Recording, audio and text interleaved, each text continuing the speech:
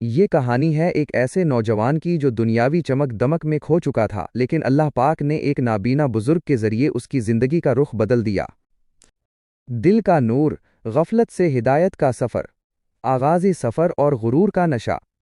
شہر کے ایک پوش علاقے میں دانیال نامی ایک نوجوان رہتا تھا، جس کے پاس دولت، شہرت اور حسن جوانی سب کچھ تھا، لیکن اس چمک دمک نے اس کے دل کو سخت اور مغرور بنا دیا تھا۔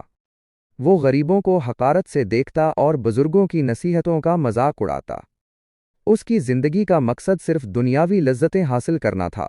ایک شام دانیال اپنی تیز رفتار قیمتی کار میں شہر کی ایک مصروف سڑک سے گزر رہا تھا۔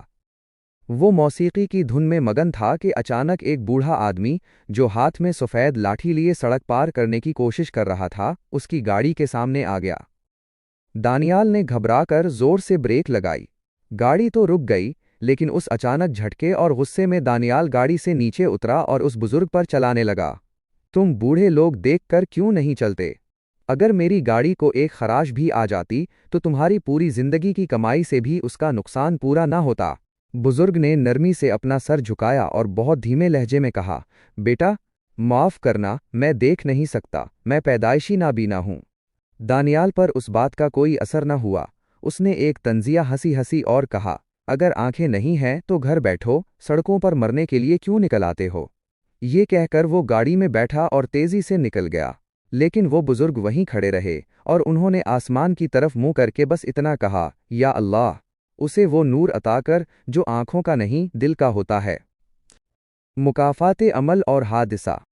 اس واقعے کو کئی ماہ گزر گئے۔ دانیال اپنی اسی غافل زندگی میں مست رہا۔ ایک رات وہ اپنے دوستوں کے ساتھ ایک پارٹی سے دیر سے لوٹ رہا تھا۔ شدید بارش ہو رہی تھی اور سڑک پر پھسلن تھی۔ دانیال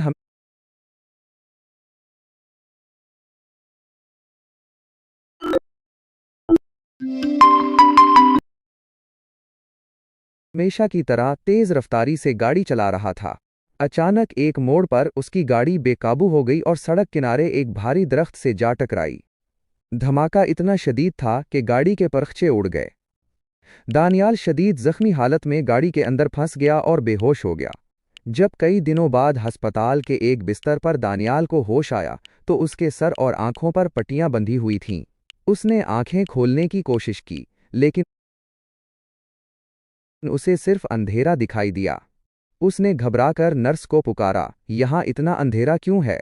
لائٹس آن کرو۔ ڈاکٹر کمرے میں داخل ہوا اور اس نے دانیال کے کندھے پر ہاتھ رکھ کر انتہائی افسوسناک لہجے میں کہا، دانیال، ہمیں بہت افسوس ہے، حادثے میں تمہاری آنکھوں کے اعصاب، نروز بری طرح متاثر ہوئے ہیں، تم اپنی بینائی کھو چکے ہو۔ یہ سننا تھا کہ دانیال کے پیروں تلے سے زمین نکل گئی۔ وہ چیخنے چلانے لگا، ہسپتال کا سامان اٹھا کر پھینکنے لگا۔ وہ دنیا جس کی چمک پر اسے ناز تھا، اب ایک گہرے اور کبھی نہ ختم ہونے والے اندھیرے میں بدل چکی تھی۔ تنہائی اور ماضی کی یادیں۔ کچھ مہینے گزر گئے۔ دانیال اب اپنے گھر کے ایک کمرے تک محدود ہو کر رہ گیا تھا۔ وہ دوست جو کبھی اس کے گرد گھیرا ڈالے رکھتے تھے، اب اس کا حال تک پوچھنے نہیں آتے تھے۔ دولت تو تھی، لیکن وہ اسے روشنی نہیں خرید کر دے سکتی تھی۔ ایک دن وہ اپنے کمرے میں بیٹھا رو رہا تھا کہ اچانک اسے چند ماہ پہلے کا وہ واقعہ یاد آیا جب اس نے ایک نابینا بزرگ کی توہین کی تھی۔ اسے بزرگ کے وہ الفاظ یاد آئے، ستارہ، بیٹا، معاف کرنا، میں دیکھ نہیں سکتا۔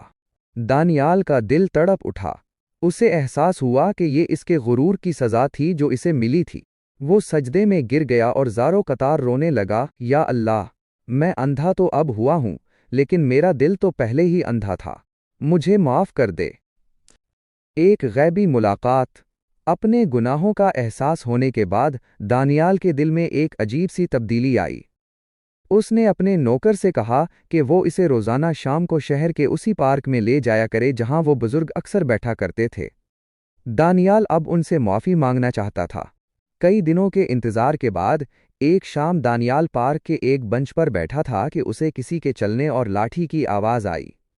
اس کے دل کی دھڑکن تیز ہو گئی۔ اس نے نوکر سے پوچھا، کون ہے؟ نوکر نے بتایا، صاحب، ایک بزرگ ہیں جو سفید لاٹھی پکڑ کر آ رہے ہیں۔ دانیال تڑپ کر اٹھا اور لڑکھڑاتے ہوئے ان کی طرف بڑھا۔ وہ بزرگ کے قدموں میں گر گیا اور روتے ہوئے بولا، بابا جی،